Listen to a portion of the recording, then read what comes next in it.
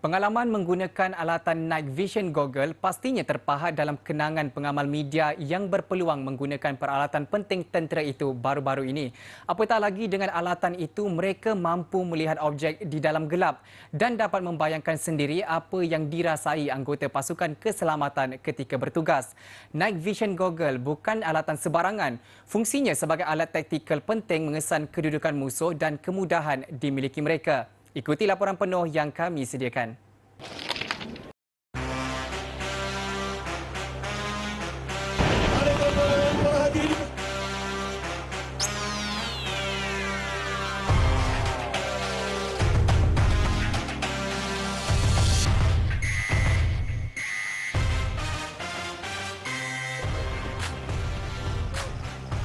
Pengamal media yang mengikuti lawatan editor kanan bersama Kementerian Pertahanan di Regimen Tentera Udara di Jukra, Selangor ini amat bertuah kerana berpeluang memegang peralatan ini. Apakan tidak, harga peralatan kecil ini adalah RM60,000 setiap satu.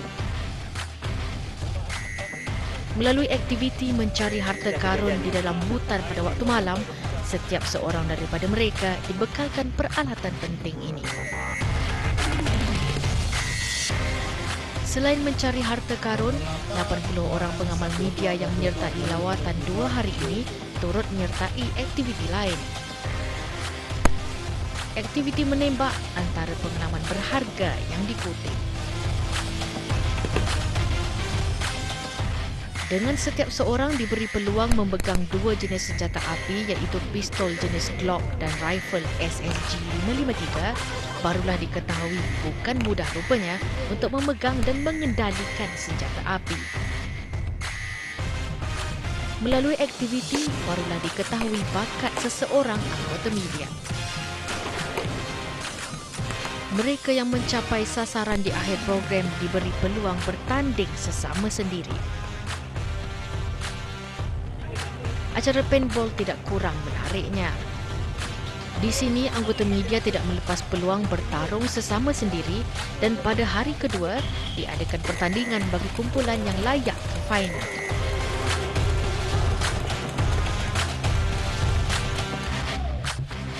Lawatan ke Regimen TU di M Jukra juga membolehkan anggota media menyertai latihan asas menyelam.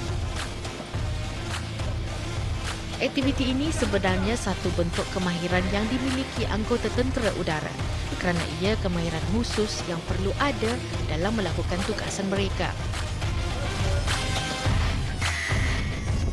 Selain itu, anggota media dibawa menaiki bot RHIB yang biasanya digunakan tentera dalam sesuatu operasi. Debaran kencang dirasai kala bot dikemudi dengan laju dan teroleng sengit di sungai.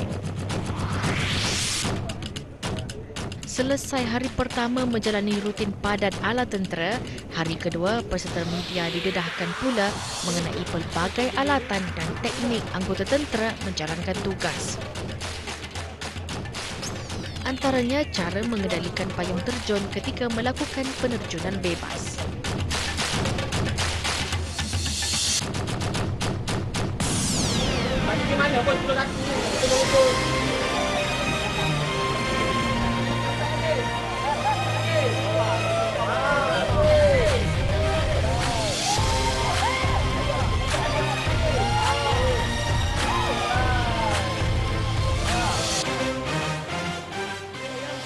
Jelas sekali matlamat Kementerian Pertahanan untuk mendedahkan anggota media dengan peranan tentera mencapai matlamatnya. Dengan pelbagai aktiviti menarik dan padat, sekalipun penat kerana dilayan seperti tentera, jelas media begitu menghargai dan teruja dengan usaha Kementerian Pertahanan ini. Apa yang paling menarik sepanjang aktiviti ini ialah acara Night Vision Google yang Treasure Hunt. Maknanya kita menggunakan Night Vision Google tu untuk mencari barang-barang yang tersembunyi tu dalam keadaan hutan yang gelap gelita. Kesemuanya menguji dari banyak segi. Ada yang menguji dari segi kita punya keberanian macam rope rappelling dan semua aktiviti yang daripada ketinggian tu, dan juga menguji kita punya sasaran dan fokus seperti aktiviti menembak. Bagi ATM pula, mereka mengharapkan lawatan ini akan mendedahkan media kepada peranan sebenar tentera. Ini penting kerana hanya melalui media sahajalah maklumat sebenar dapat disalur kepada umum. Kita dapat melihat pengamal-pengamal media begitu berminat menyertai program atau aktiviti yang disediakan oleh kita.